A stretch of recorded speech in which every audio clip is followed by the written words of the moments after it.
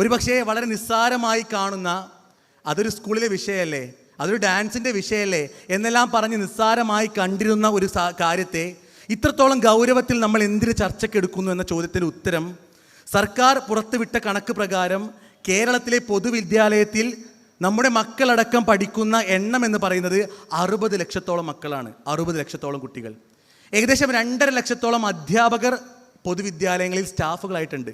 അതിന് പുറമെയാണ് non teaching സ്റ്റാഫുകളായിട്ടുള്ളത്. അപ്പോൾ ഇത്രയും വലിയൊരു കമ്മ്യൂണിറ്റി, അത്രയും വലിയൊരു ആളുകളെ അഡ്രസ്സ് ചെയ്തുകൊണ്ട് നടത്തപ്പെടേണ്ട പരിഷ്കരണങ്ങളുടെ അതുമായി ബന്ധപ്പെട്ട നടപടികളുടെ എല്ലാം ഒരു യാഥാർത്ഥ്യത്തിലേക്ക് നമ്മൾ വരുമ്പോൾ നമ്മൾ കാണുന്ന കാഴ്ച, ഒരു ദിവസം നമ്മുടെ ബഹുമാനപ്പെട്ട മുഖ്യമന്ത്രി ജംബോ ആണോ ജുംബയാണോ എന്നെല്ലാം സംശയം പ്രകടിപ്പിക്കുന്നു. തൊട്ടടുത്ത ദിവസം നമ്മുടെ വിദ്യാഭ്യാസ മന്ത്രി സൂംബ നടപ്പിലാക്കാനുള്ള നടപടികൾ ആരംഭിച്ചു എന്ന് പറയുന്നു.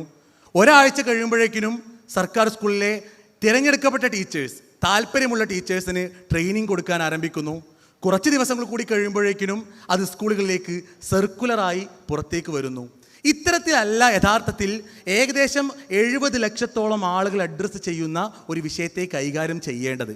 അതുതന്നെയാണ് നമ്മുടെ വിയോജിപ്പിൻ്റെ ഏറ്റവും ആദ്യത്തെ അടിസ്ഥാനം.